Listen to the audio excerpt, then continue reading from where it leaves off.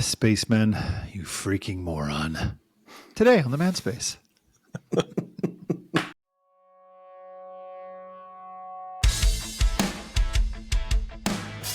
Welcome to the Manspace podcast. We're your hosts, Doctors Matt Brown and Rob Porter, and clinical therapist Mike Porter.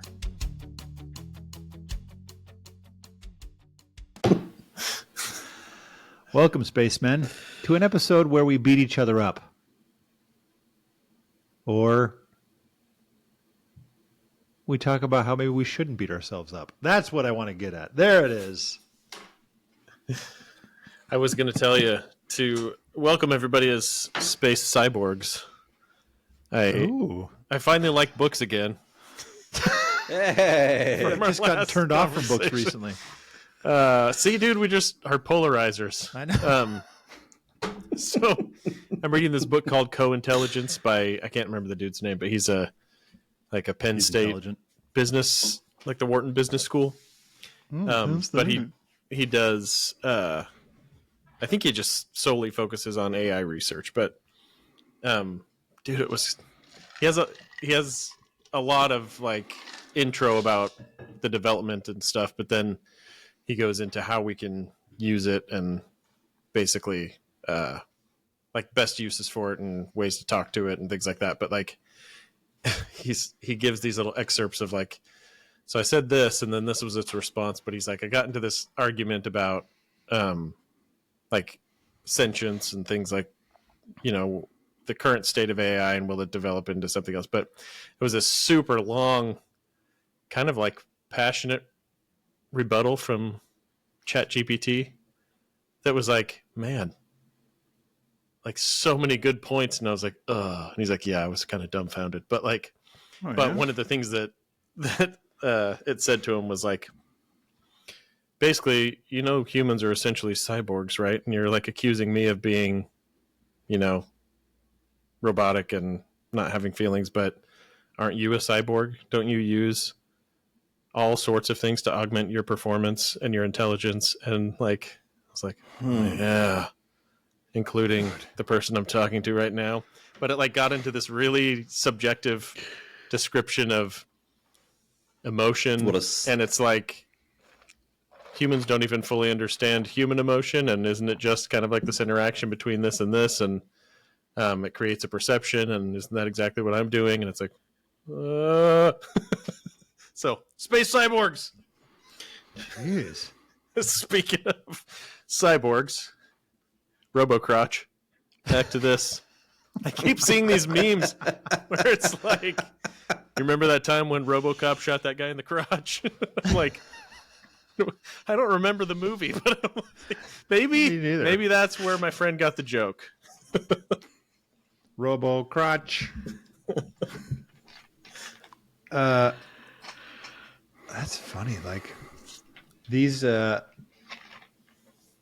don't. It's have you messed with it much since you subscribed? No, I was just thinking about today. Like, dude, I love it. I want to go on and play around with it. I feel like I've been too busy. Like well, that's the point, man. That's when you need to play with it. Seriously, like I will tell you how to be less busy. No, you know how you can like talk to it now? Yeah. So I was just messing around with a couple different things, but I was like, hey, it's the end of a long day. I don't want to make any decisions. I'm really exhausted. Give me like the most budget friendly, easy to make, gluten-free dinner for a family of 4 and give me like a detailed recipe and instruction list and a shopping list. It validated me first. I was like, sorry, your day's been so difficult. And then just like cranked out, like it'll say it to you, but also like, you know, it puts the text in the chat window too. So you can just go to the store. And I was like, man, how many times do we sit there thinking like, you know, making decisions like that? And how many decisions do we make each day? I don't want to say particularly as therapists, but we do, you know, during a therapy session, there's a lot of decisions going on. Mm-hmm. And so at the end of the day of, you know, a lot of conversation and a lot of thinking through that, delegate some of those mindless or easy tasks to. Yeah, he can. Like he was. I want to do this for advertising and stuff. Anthropomorphize him.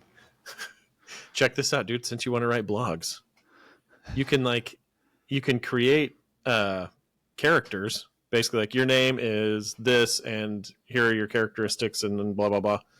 Describe yourself to me, and then you can say, okay, I'm going to write this blog, show it to you, and I want you to give me feedback from that character.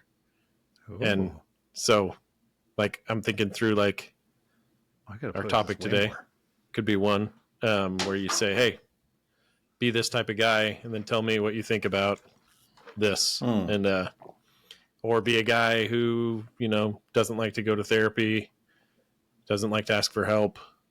What's your response to this blog about why therapy is important, right? And some of the he was describing some of the feedback and just kind of like hitting a writer's block and just saying, I'm totally stuck here. Give me 10 ideas for how to start this paragraph. And then, obviously he's like editing it from there. He said the danger is obviously a lot of people just like copy and paste and don't even read it. But I think if you're using it like it's intended to be used, it can be really helpful. I mean, I did just tell it to generate me a script for a podcast about men who are too hard on themselves. And it has various parts that say pause for effect. Like it says this: today we're tackling a topic that hits close to home for many, men being too hard on themselves. Pause for effect. Why does it always say that at the beginning? See, I want to give it a character so it gets out of that stupid. It says that every single time, right? We're in a topic that hits close to home for many. Let's hit home. Let's get deep. Let's get real. I'm like, okay, dude. Probably because that's what all the podcasts do. That's probably true. This is one of my favorites. Is it says, "Ooh, there's an applause sound effect," but it actually says, "Now, don't get me wrong.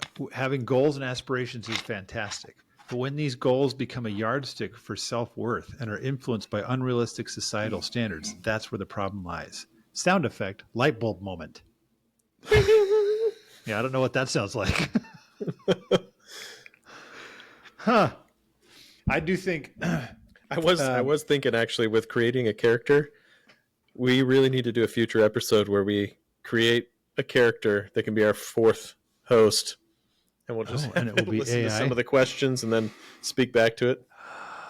Yeah, that's a good idea. All right. Not today, Okay, but space cyborgs. Spaceborgs. It makes it sound like we're saying space boys. Hey, space boys. That sounds real dodgy. My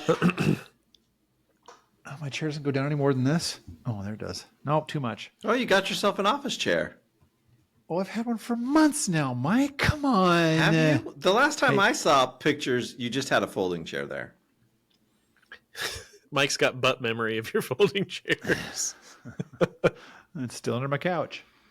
Your folding chairs are why I have a better office chair. Because I was thinking I was just going to keep a folding chair because I'm like, when I'm doing therapy in person, I won't be in my office that much. Speaking of, dude, you guys, I'm surprised you don't shift more on the chairs I have here.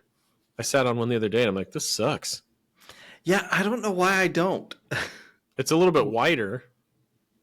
I don't think they're that bad. It's got a little more hang to it. Is that the right word? Like curves down in the middle. Curvature. Yeah.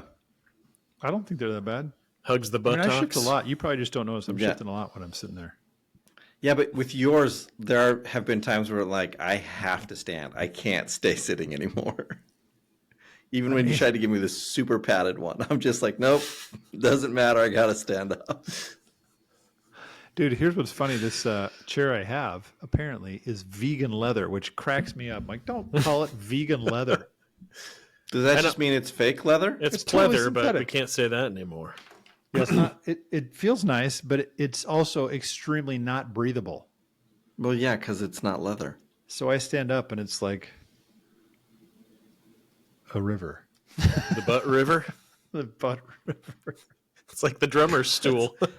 Gets up after a long set. Oh man.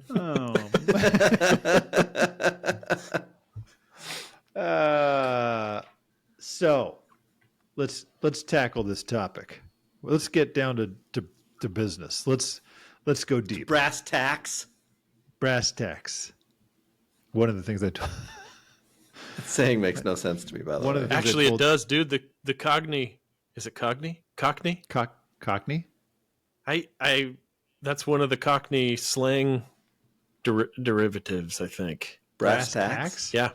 If you look up Cockney slang, there's like all these things that a lot of them we use, but it's like this is what it originally started as, and then there's like this weird association with something else, and then it becomes that instead of the original thing, and it's weird. Uh-oh, here we go. I'm stuck there now. This says the origin of the first phrase, dating from the late 1800s, is disputed. Some believe it alludes to the brass tacks used under fine upholstery. Others that it is a Cockney rhyming slang for hard facts.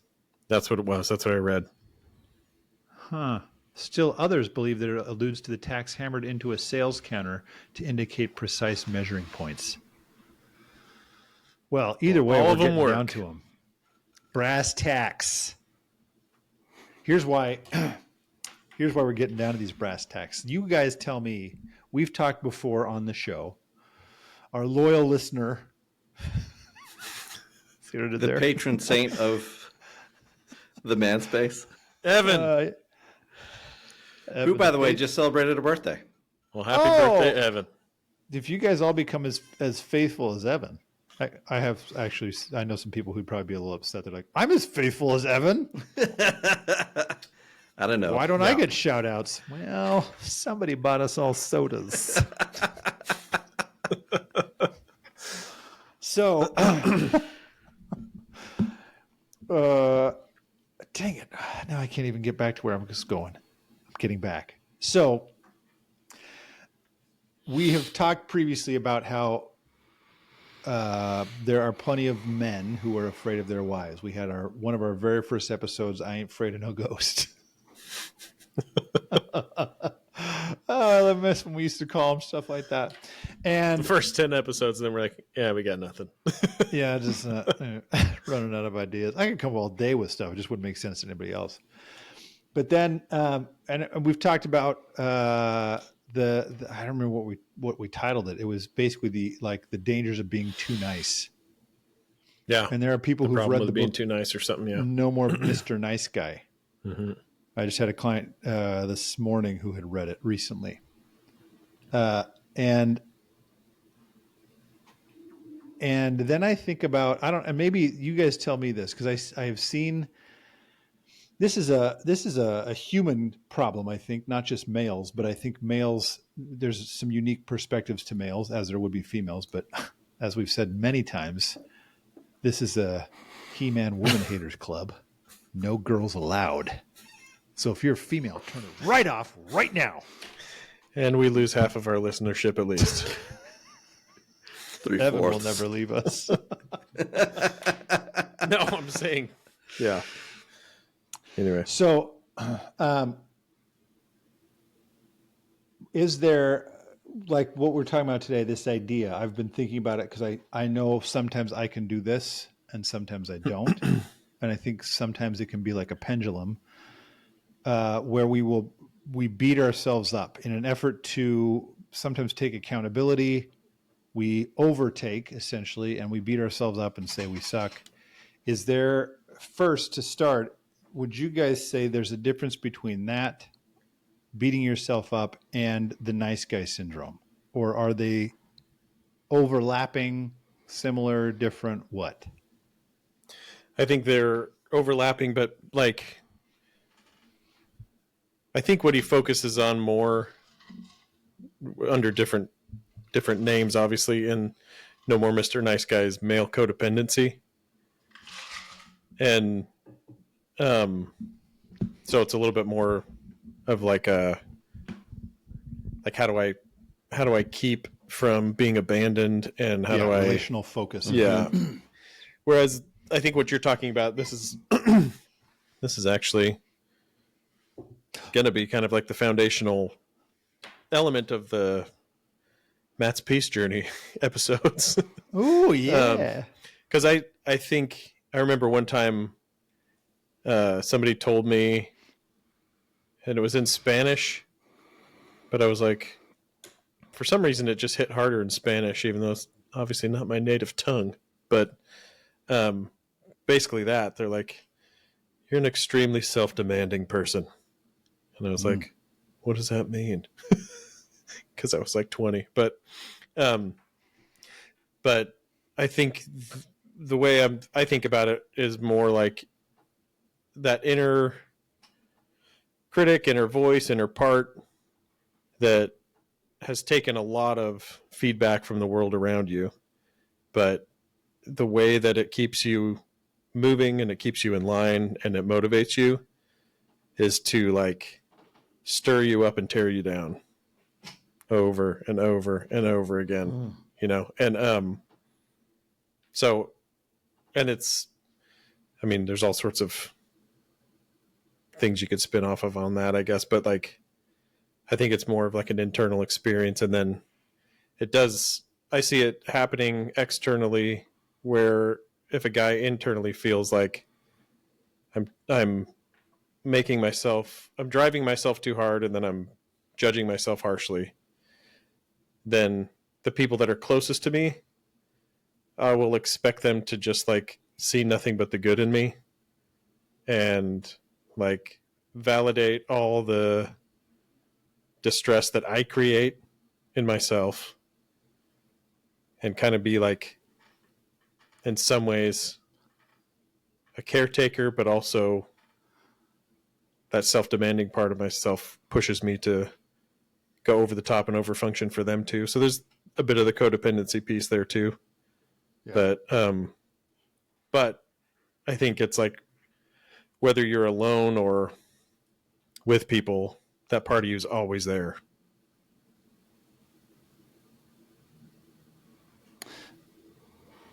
So I'm curious as you're describing that, because would you say further that there's a difference between like a self-demanding and beating yourself up? Or can you be demanding of yourself without beating yourself up? Yeah. I mean, sorry, go ahead. I mean, yes. What's the phrase? What's the phrase in Spanish? Do you remember it? Se exige mucho. What? It just sounds like you just said sexy man. Well, maybe that's what they said. I don't know. But no. Matt, you're a very sexy man. Exigere is like to demand. Yeah, but it is a different... I get why it would hit different. Yeah. And I think I mean, to your question, I think that it's almost like, imagine two guys inside of you that are like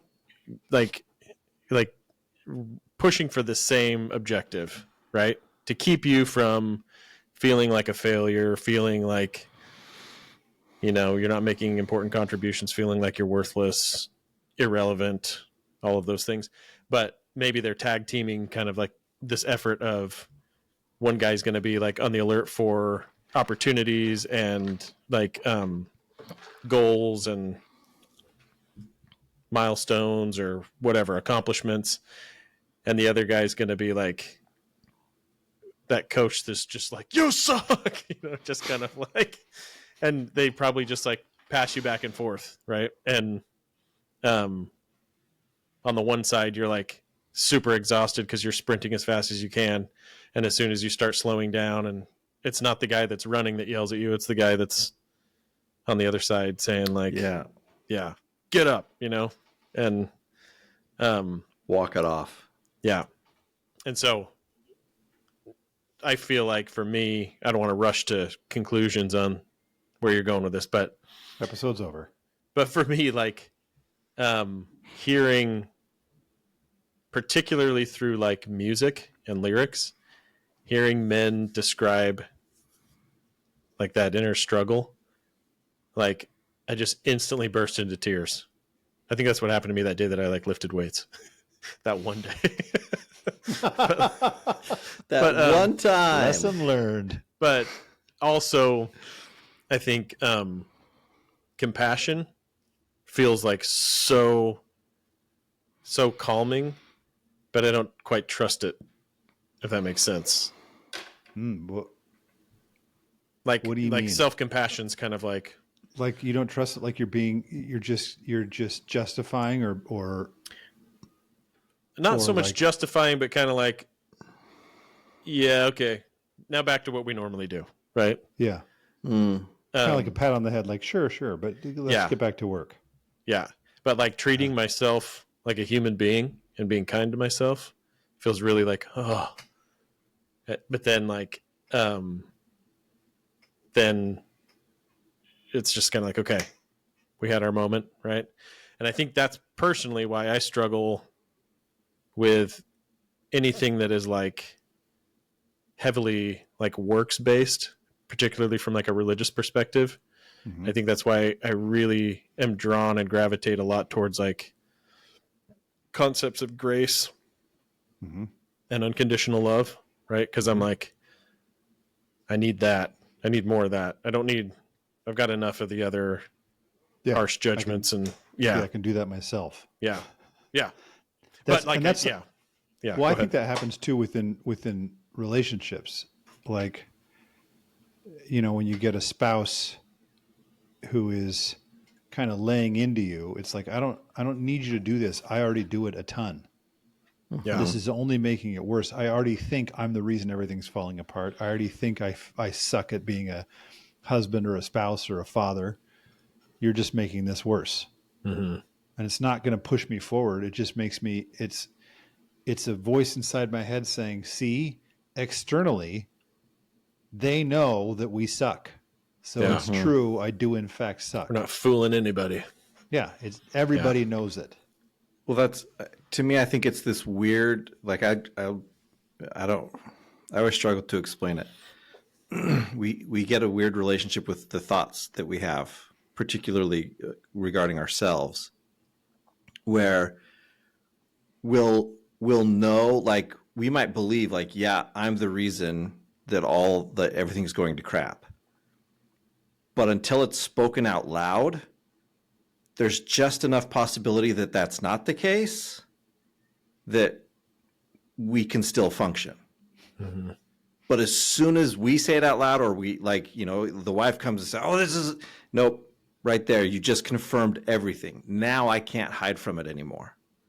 I can't twist my way around it anymore because you've just confirmed this fear I've been holding and have delicately balanced. You just knocked it and now it's a mess. And I think it's a really hard place to live.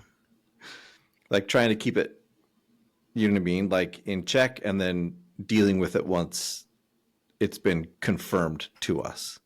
Yeah. And I also think for a lot of guys, it's like, I've just put those two guys inside of me to bed. Right.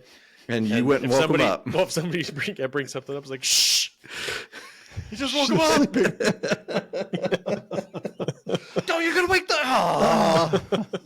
And then really, it's like, obviously you get beat up on the inside, but then a lot of projection, right? A lot of like excuses, and like that's when a lot of guys will dig deep in their chest of buried, grievances that they've let go of and say, "Oh yeah. Let me hit you with these 5 that I've been sitting on." Yeah, I think it's like I thought about this recently because my wife and I think it can manifest in a few different ways. I think this beating yourself up, which it's the gone too far version of taking accountability or responsibility, which is good. Then we slip into everything's my fault. It's like I hate when clients say stuff like, when I say, do you know that you tend to do this? And they're like, I know, I suck at everything. It's like, don't do that, man. Like that's not going to help anybody. There's that. It's a little bit akin to sometimes the idea of like imposter syndrome, which is kind of like, I actually suck at this and people are going to find out. It lays, and that which ties in this idea of self-doubt, like I actually just kind of suck as a human. And I was thinking, as you're talking about this, thinking the things that we have, if I go back to my handy AI generated topic list, where it said, I didn't even read the whole part. It just said that the light bulb moment where it's like, we figured out the root of this problem. I'm like, have we?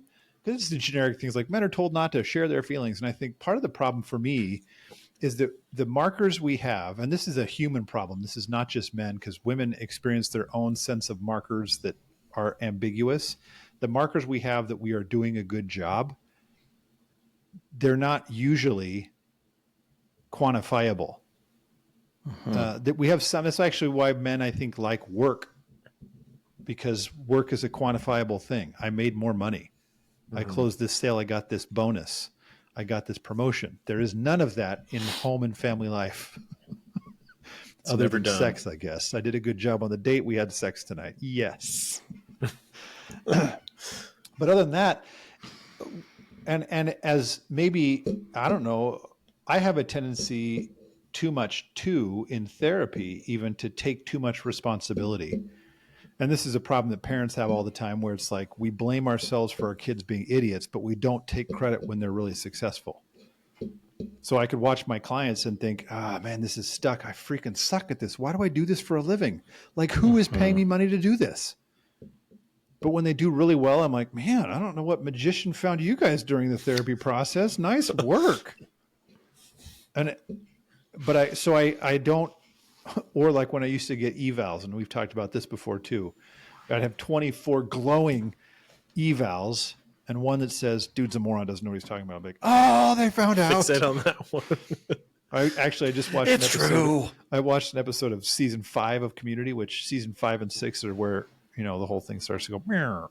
And Jeff becomes a teacher. He's teaching, and he gets up there and he's just kind of farting around. It's not really teaching anything. And a couple of the students are like, how are we, like, what's the syllabus? What about this assignment? And they're like, are you going to teach us anything? Do you even know anything? And I was like, I can't watch this show. It's giving me flashbacks of having like undergraduates being, they have their undergraduate, I guess you should say, being like, I mean, do you even know what you're talking about? And I'm thinking, do you? One of us has already got the degrees in this. But anyway, so I think, Matt, you mentioned this. I'm going to jump back to this thing because my wife and I were talking about the self-doubt / imposter / beating ourselves up and taking maybe too much responsibility when things go south or things don't go as we think they should go. But you use that word compassion. And even grace. Man, but I'm thinking through what you said too, the second part, which is like, yeah, I do that too. What's the limits of grace? Like I was talking and not speaking religiously. Like I was talking to some clients today about, one of their kids going through a process and saying, yeah, sometimes, unfortunately, we do have too big of an emphasis on mental health. So that every kid, when they're having a hard time, they're like, I need a mental health day. And it's like, well, what's the limits of self-compassion? What's the limits of self-care? There has to be limits, but no one wants to say that anymore. It sounds like, no, you need to do what's right for you. It's like, to a point. So at what point do I pat myself on the head or actually give myself a hug and then say, okay, now get back out there, and not turn it back into, here's a hug, now go back up and keep beating yourself up? Well, like, that's the thing, right? Like, I don't know. Part of me thinks that's what we always have to say. What? We always have to say, here's a hug, now let's go. But it becomes how you say it, right? Here's a hug. Here's a hug, now walk it off. Yeah. Right?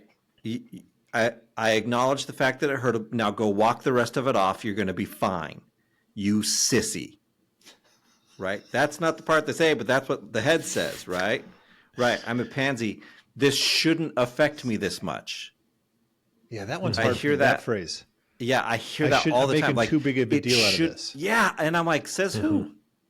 Yeah. Like it's a completely subjective idea to begin with, and I think, are you We kidding even me? say at the beginning before we describe. I mean, I'm probably making too big a deal out of this, but here's this story.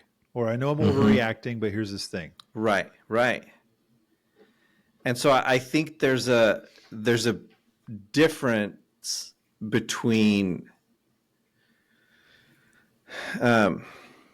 there's a difference between the hug and saying, now let's get back to it, and the pat on the head and go walk it off. One, I don't know, in that first one, it's very much a team thing.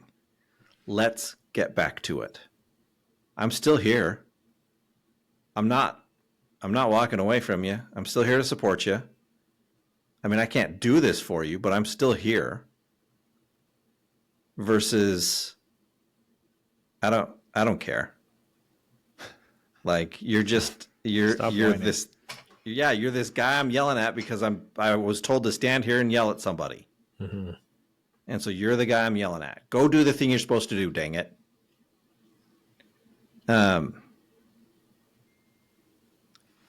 But again, like I do think it takes time to get to a place where we can do that for ourselves.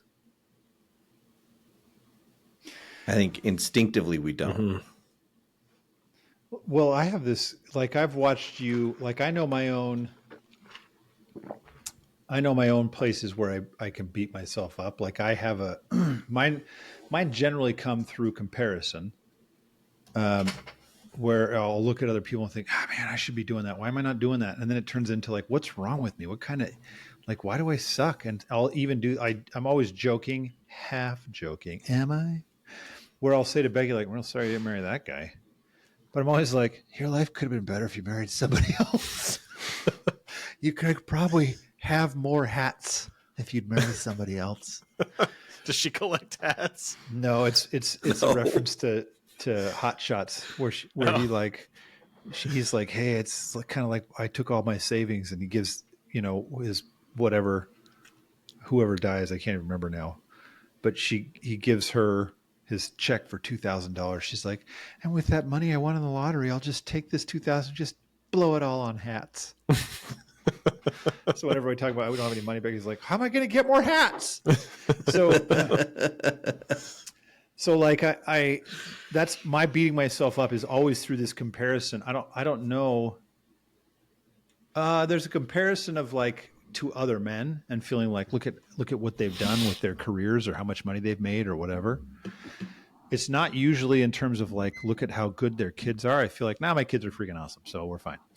But it's always like I picked a field and a job that is not typically masculine, and so now I always feel like I'm always one behind. and it's not. It can be lucrative, I guess, but it's not generally like you become a therapist to make tons of money. So, but I also have the comparison point of like what my potential is, and maybe Matt, that's what you're talking about when you talk about this kind of sexy mucho. Did I get that right? Pretty close. Mucho sexy. Nailed it. But this comparison point of like what I know what I feel my potential could be, I'm not living up to that. And what I've wondered, Matt, sometimes watching you, I've said to Mike sometimes like sometimes I think Matt doesn't sleep. Like, oh, I sleep. Because it feels like, we'll see, and I'll be like, we'll come down to your house, be like, yeah, I ripped out that and I built a new kitchen over here. And then I hand built a hot tub and filled it with my own sweat. And that's what By the way, made you now. guys eat your own table. Yeah. And he's like, and I'm also working as a full-time faculty member and I see 40 clients a week. And it's like, what the crap, man? Do you sleep? And there's some, like, I don't know. I was wondering, do you have the same internal, like mine's always like, I think mine's usually proving myself or to other men and by default myself, like, hey, look, I'm good at this. I'm a legitimate male. I know what I'm doing. and I did it. Mm-hmm. Like, what is, we'll get back to the compassion thing in a second. I'm like, Yeah. you have this drive that I think, how do you have that drive? What is that? I think it's just more fear. Like fear of failing? What? Fear of like, kind of like we were talking about before. I don't know why it feels this way to me, but it just feels like fear of being in trouble, letting somebody down. Yeah. Or, not like being left behind in some way and having something catastrophic happen as a result, right? Like if I really flesh it out, it's probably all that, but it's just like it's just a physiological sensation at its core, right in my midsection, that just literally feels like urgency.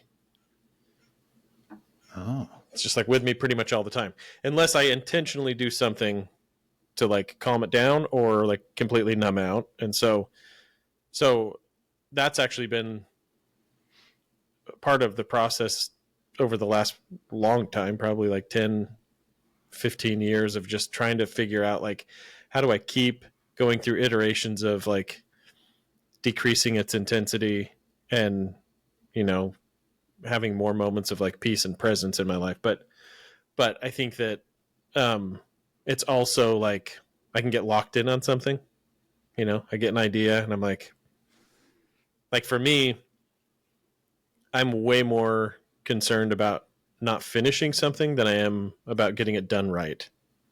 Yeah.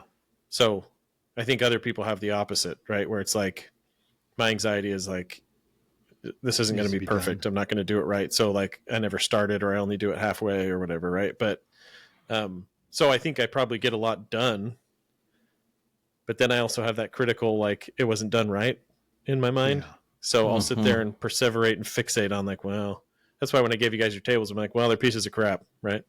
Because I can see every flaw with them. Right.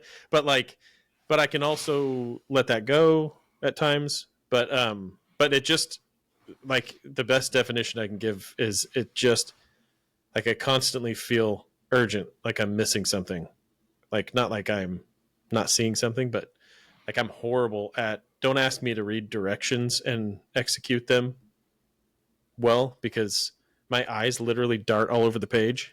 And like I have to focus and be like, whew.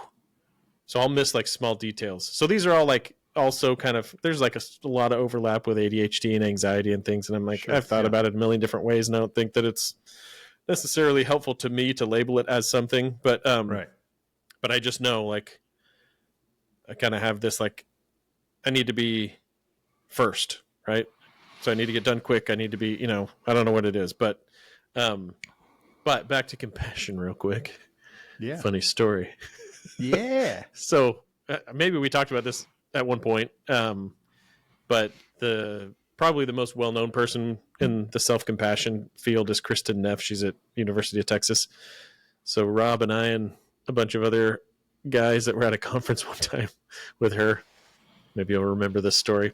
Maybe we were all sitting at a table in this like the huge auditorium. She's doing this workshop, and I don't know about you guys, but I hate when people ask for like participation. Me and too. Even though like when I'm giving a workshop, I'm like, you guys better participate, otherwise this is gonna suck, right? But so we were kind of like talking to each other and not paying super close attention. So when she said this line, it kind of just felt like out of nowhere, but everybody else was tracking.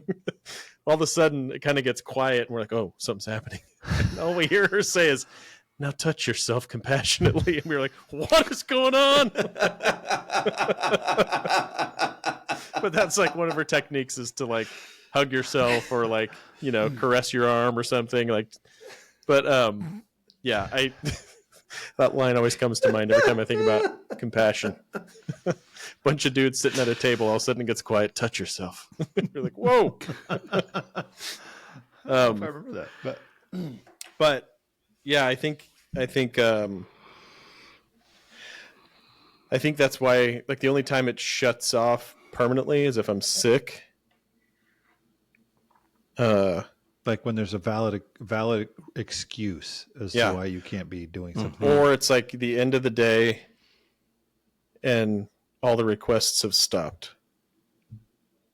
But literally I wake up and there might be like 2 seconds on a good day where it's not there, and then instantly it's like, boom, it's on. Man, really? All the time? All the time. I mean, obviously to varying degrees. Yeah. Right. Like right now, Right. it's there, but it's not like this is I'm here and this is what I'm supposed to be doing. So I think sometimes that helps too, to know like the thing that I'm doing right now requires all my attention, and it's what I have scheduled. It's what I'm supposed to be doing right now at this time. And so I can settle into it. Right. But if it's like at home, sometimes it's tough because it's like I could be doing 50 different things. So which one am I supposed to be focusing on right now? Right. And my wife's talking to me, and like maybe I have something on the stove, or maybe I need to get to a project, and so if you watch me talk to people on the surface, I think sometimes it could look like, well, that dude just only cares about what he wants to say, and then he doesn't want to listen to other people.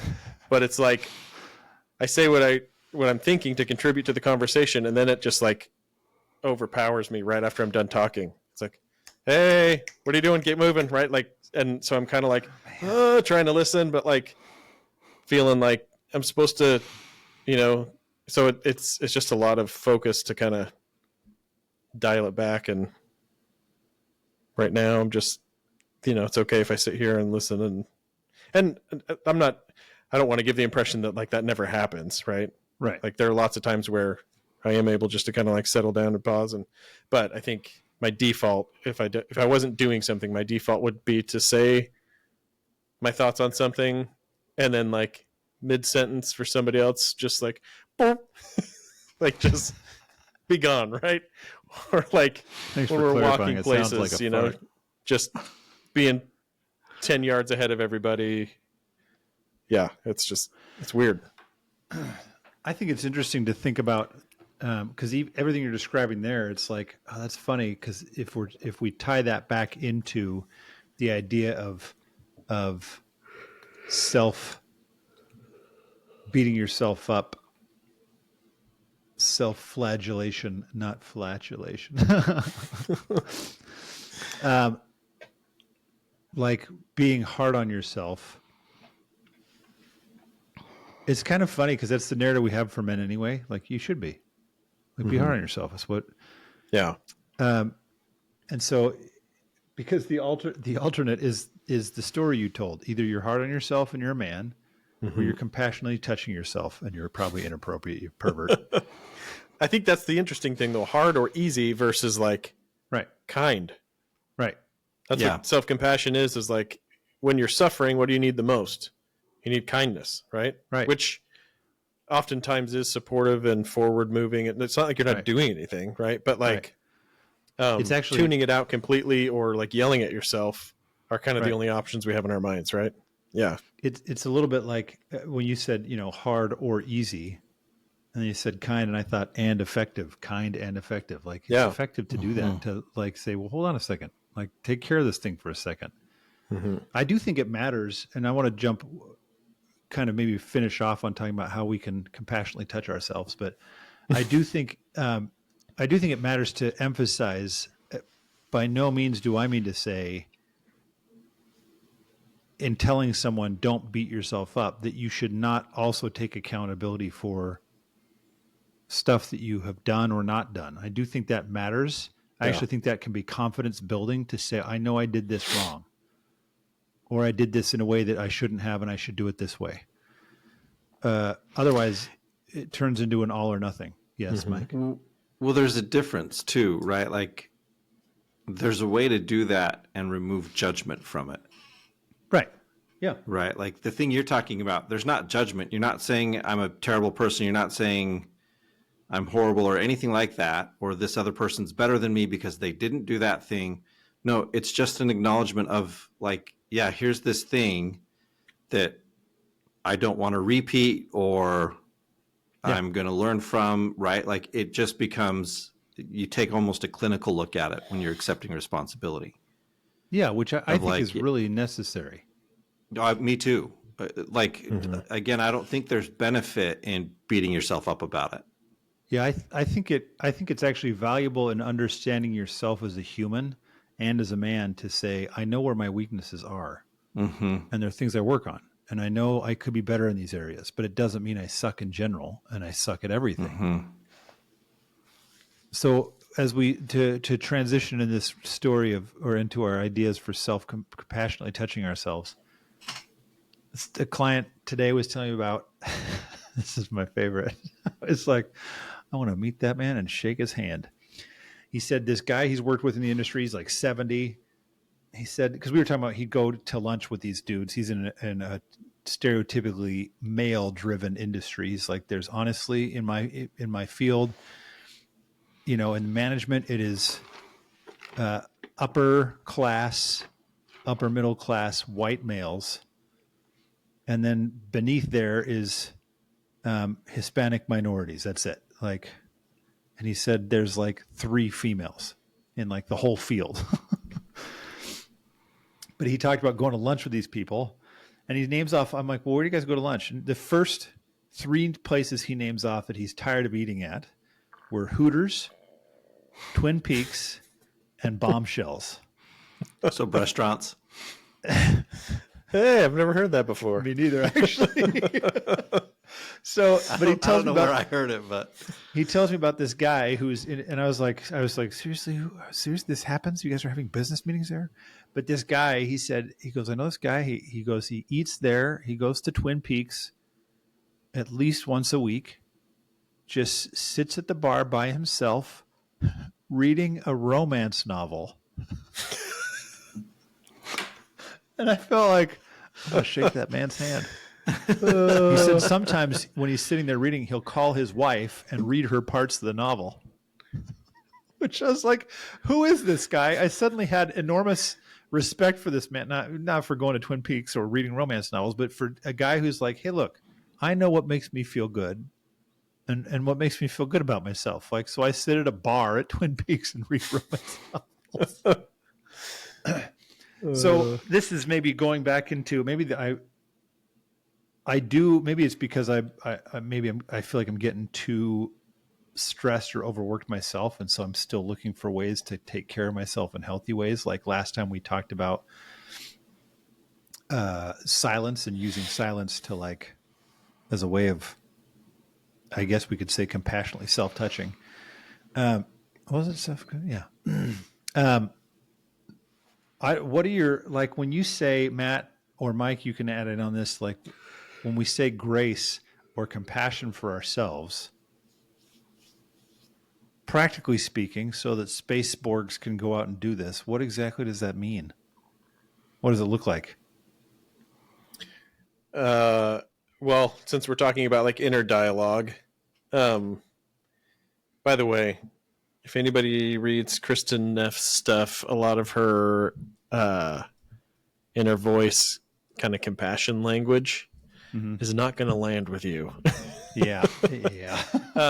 Just because it's like what she needed to hear as a little girl. Right. So a lot of the terms of like she talks about using terms of endearment, and I'm like, I don't know if that really works for me. Maybe buddy. Yeah. But anyway, she talks about working with the UT basketball team and kind of how to get at some of this stuff for men. There's actually a really good podcast episode where she talks about some of this stuff. But I think it's just like a recognition first. There's like 4 components of self-compassion that she talks about that I can't remember, honestly. But basically, the first I know is acceptance, right? This is just happening and it's hard, right? Mm-hmm. So quit trying to tell yourself it's not a big deal. It's not affecting me. Like, it's okay that it's hard. It's just, you're human, right? And any effort to tell yourself that it isn't is just trying to distance yourself from pain, which if your real motivation is to be strong or whatever, right? Mm-hmm. Which I don't think is necessarily like the highest ideal of manhood, but right. I get where it comes from. If you then like telling yourself it's not a big deal is actually the weakest thing you can do, because it's like, run. It's not, get away from it. It's like, that's not what you want to do. Just like, it sucks. It's hard. Right. But I think then the fear is, because we're so primed to go the other way, that if I even loosen the reins at all on the part of me that drives this train, then I'll become like this totally indulgent, like sad sack, like sitting in a puddle of my own pity. And you might swing that way a little bit, right? And you might find yourself kind of really soaking up a lot of validating comments and then not reaching for stability or growth. But maybe you need that for a little bit, right? I don't know. But yeah, it's acceptance. And then just talking to yourself like you would to a good friend who's going through that, right? Like, this sucks. This is really hard.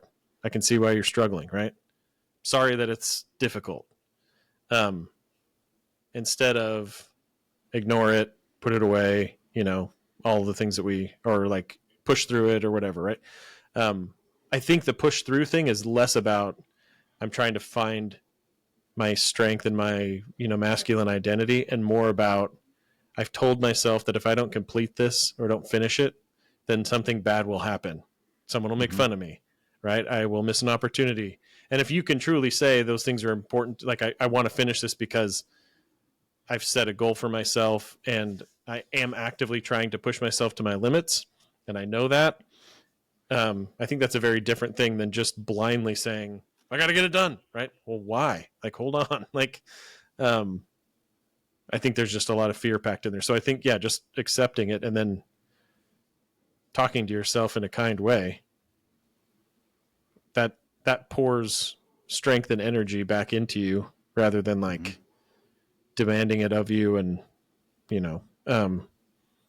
so even just a simple little mantra like that, like, this is really tough and it sucks. I'm sorry you're going through this, right? Like, what guy gets to hear that from anybody? Yeah. I mean, lots of guys do. I'm not saying it doesn't happen, but I think in general, as we age, Right. It's not as commonplace. yeah, we don't get a lot of supportive feedback. And so, and partly because we reject it too. People say, it's not a big deal. Right. It's like, it's okay. It sucks. Yeah. And we don't just say thanks. Yeah. Yeah. Cause I don't think we know what the next steps are. Right. So we freeze and we're like, well, I'll just go back the way I came from. See ya. I'm going this way. Well, and that's the thing to me about it's not a big deal, is like, it is one way of like running away from it, but it also reinforces that negative view of ourselves, because on some level we know it hurt. And so telling ourselves it's not a big deal just tells us, well, then it shouldn't have hurt this bad. So not only is it a big deal, but shouldn't be, that just kind of makes you a pansy, because it was a big deal to you and wasn't a big deal to Steve over there. He was just fine with it. And I think, like, with all of this, like, for me at least, there's an aspect of the self-compassion that involves honestly recognizing where your limitations are. Like, this is an area I'm not good at, in part because it will provide context to why we struggle with it. Yeah, this is a thing I'm not very good at, so it makes sense that I'm struggling here. I also think it's necessary to be able to identify what we do well, like what our strengths are. To be able to say, yeah, but I have these things that I'm good at. Can I use some of them to better this situation? Right? Maybe I'm really good at knowing how to get myself laughing. Okay, cool. Can I do that now? Will that make a difference? I think there's a lot to be said for that aspect of just kind of recognizing who we are. And it's also one of those, a big part of the self-compassion to me too is you have to stay away from comparative language.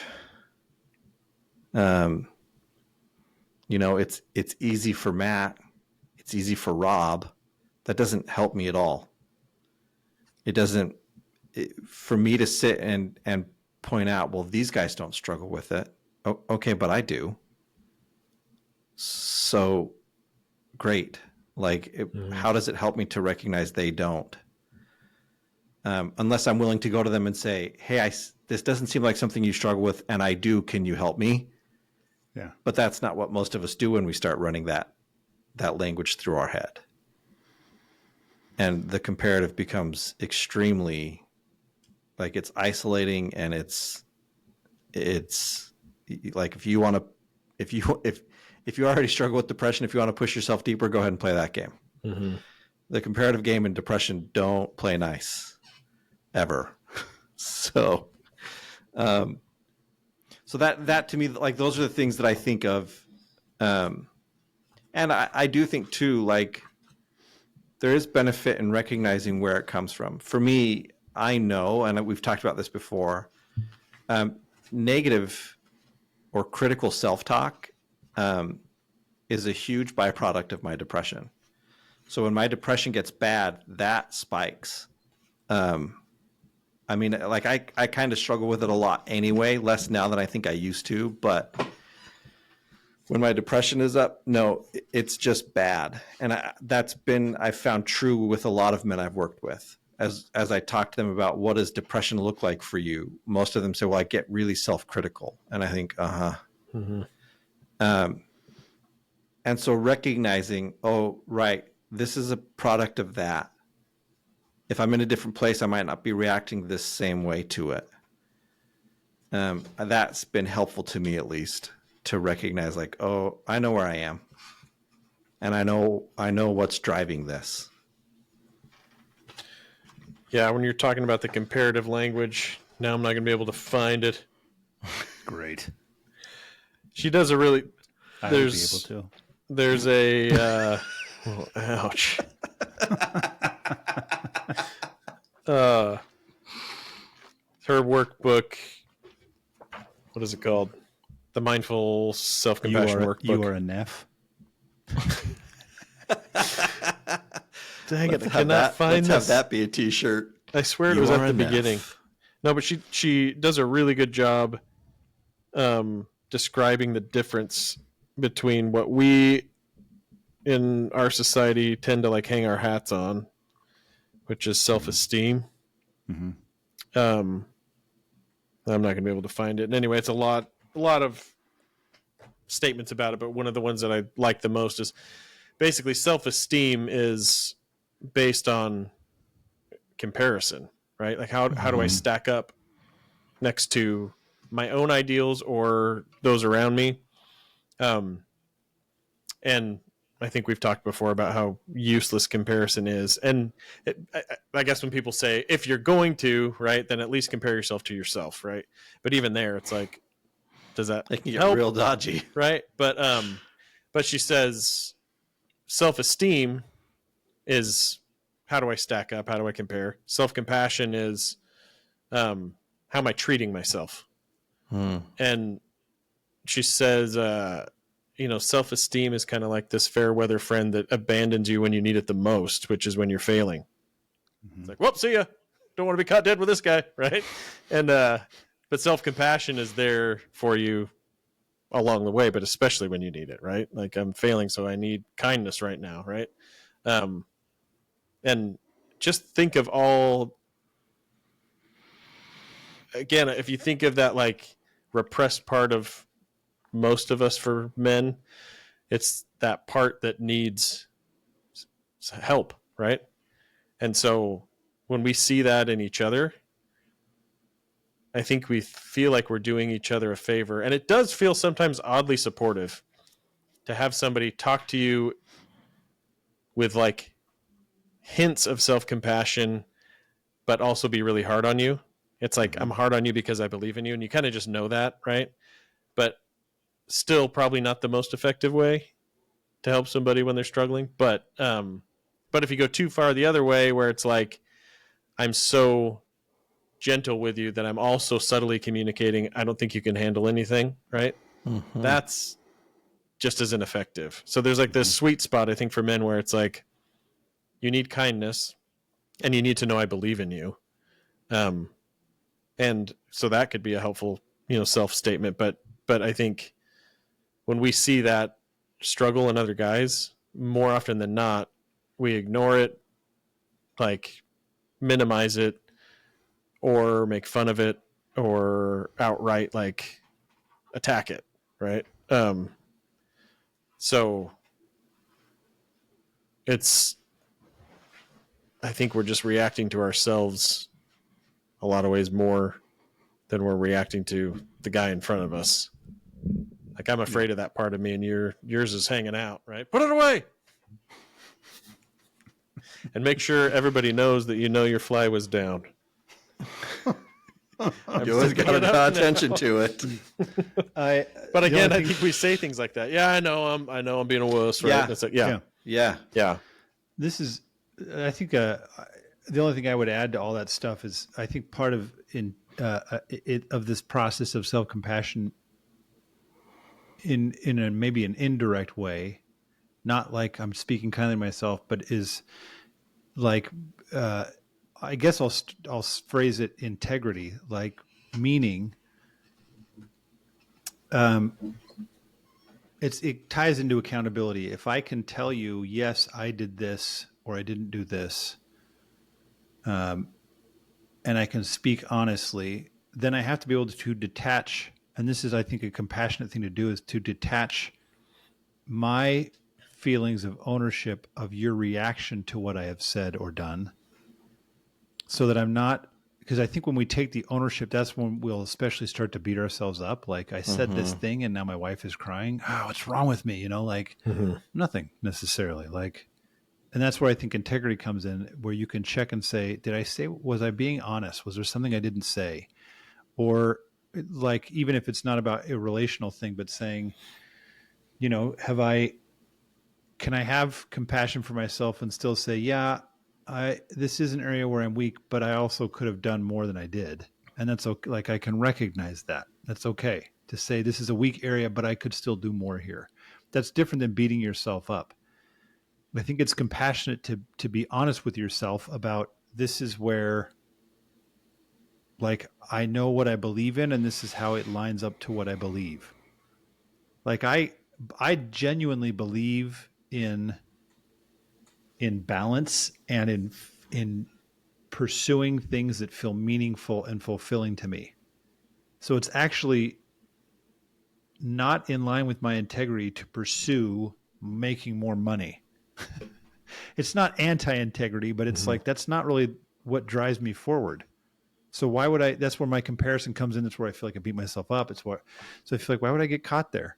My integrity points me over here, and I'm not worried about their reactions to me. And that comes into this comparison thing that you're talking about too, Mike, where it's like, I'm not worried about how you respond and react to this. If I'm being honest with myself, and I know I've been honest with you, I don't have to think, I've told you guys about before when someone showed up while Matt and I were doing some podcasting stuff a long time ago. And I was like, she wasn't supposed to, but she forgot. And I felt terrible. She's like crying as she's walking out of the office because she had to drive an hour and a half to see me. And I was like, sorry, we're not meeting today. And I felt horrible. I was like, man, I'm really sorry. But I felt like I didn't do something wrong here, but I do feel bad about it. But so that's an indirect way of me, like, this integrity thing, I think actually is a part of self-compassion. It's reminding yourself of, like, what are your kind of core values and what do you believe in? Different than self-esteem. It's like, this is how I measure myself. And that makes it easier for us to say, hey, it's okay. This is a hard thing, but you still believe in these things. So just because you haven't failed, you haven't done this or this, doesn't mean you don't believe these things anymore. Get back on track and keep going. Don't beat yourself up. It's a waste of time. And then come back next time and catch us on the Manspace. Phrase.